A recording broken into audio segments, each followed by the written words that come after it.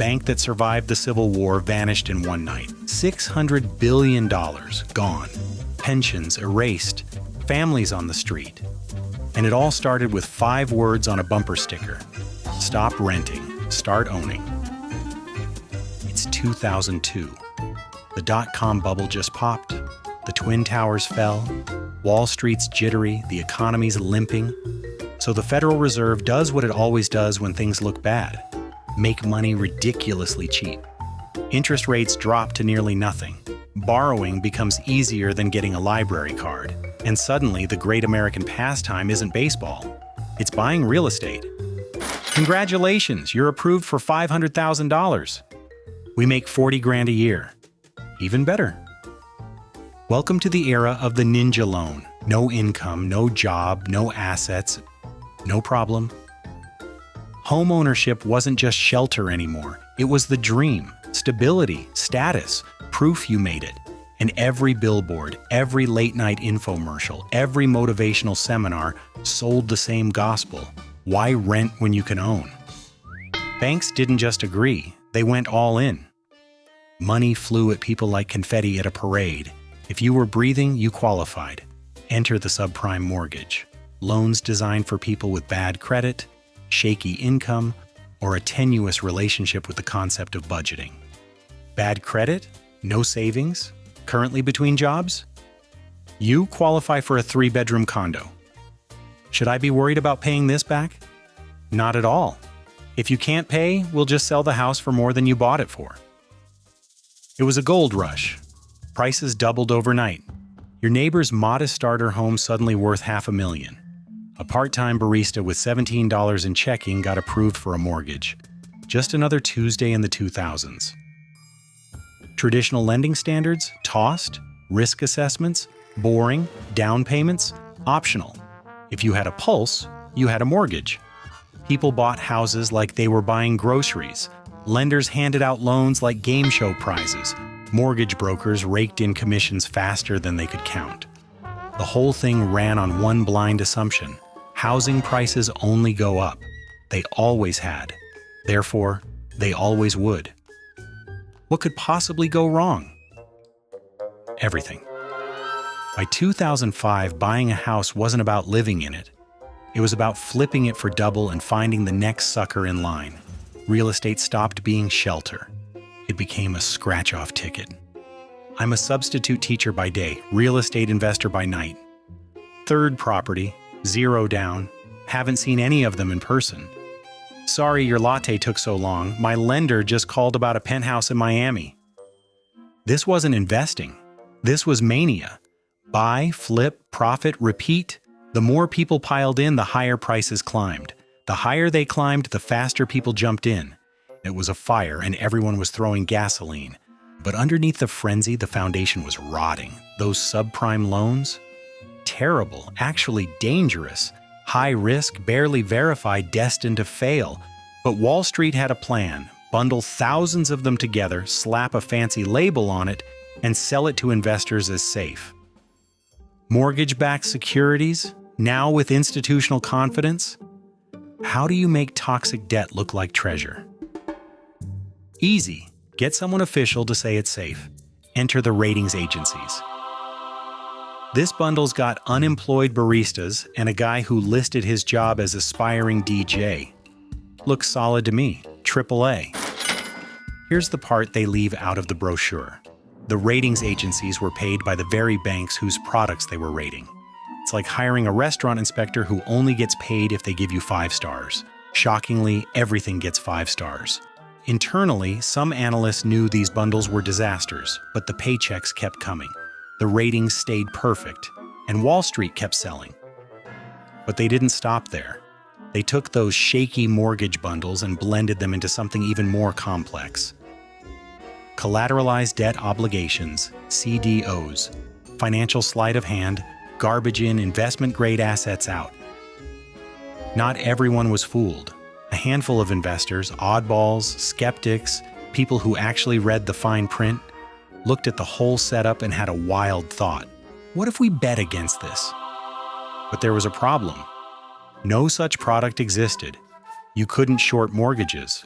So they walked into Wall Street's glass towers with a proposition. These loans are junk. We want to bet they'll fail. Can you build us a product that pays out when they collapse? You want to bet against the housing market? Cute.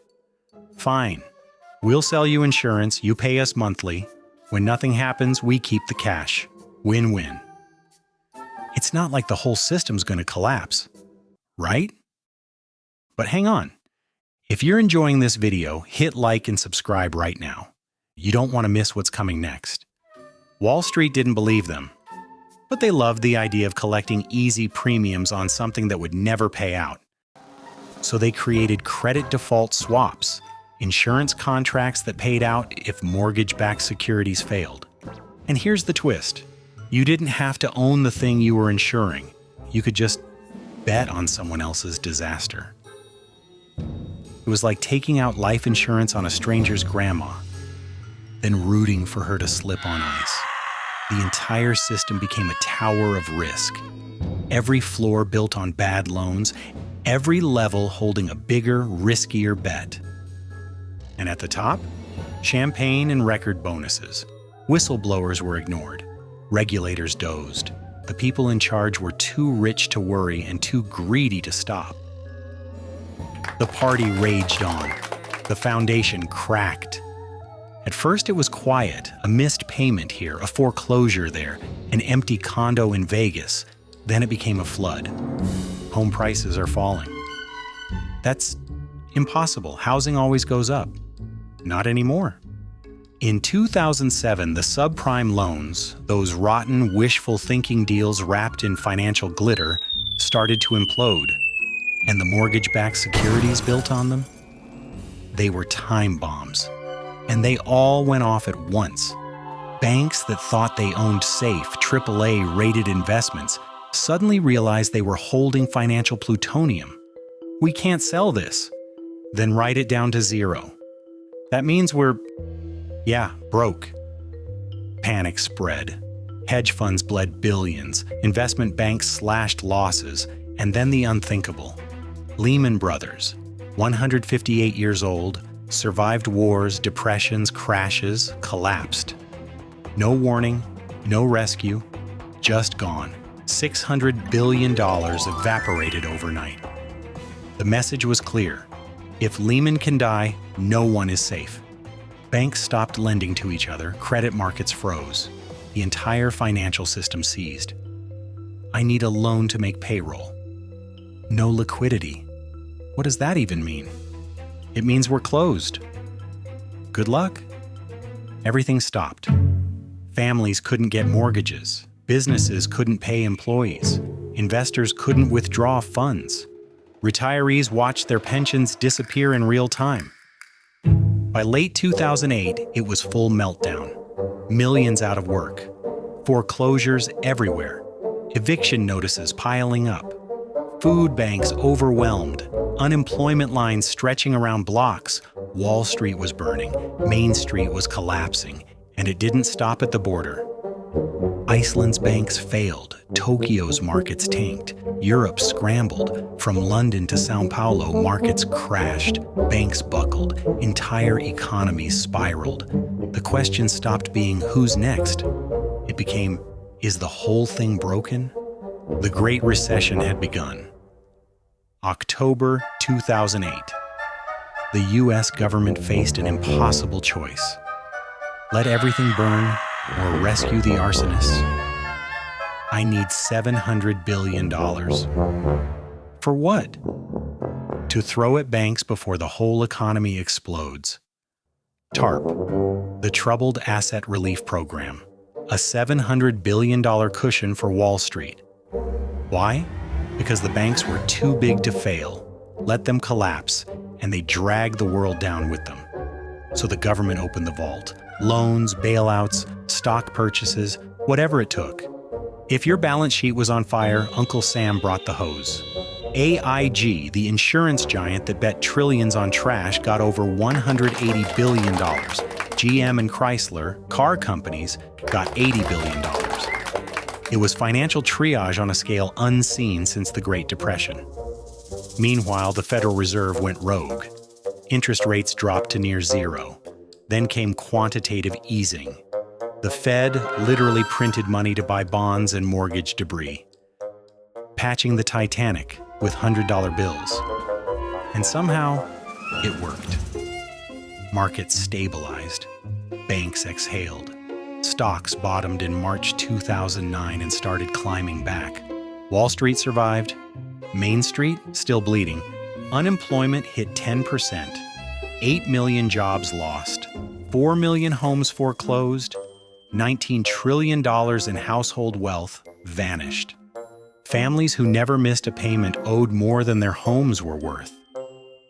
Wall Street bonuses are back? I just got evicted, and they get bonuses? The people who caused the disaster got rescued. The people who suffered through it got pink slips and food stamps. Wall Street celebrated. Main Street starved. Then came the anger. September 2011, Zuccotti Park, New York. Tents, drums, handmade signs. One reads, "We are the 99%. It wasn't just about bailouts anymore. It was about a system built to protect the powerful. Profits privatized, losses socialized. And justice? Nowhere to be found. Not a single major Wall Street CEO went to jail. No arrests, no perp walks, just golden parachutes and quiet exits. The system survived. Trust died. A generation learned the rules. When banks fail, they get saved. When you fail, you're on your own. Because if 2008 taught us anything, it's this. The next crisis won't look like the last one. It'll look safe, profitable, inevitable, until it isn't.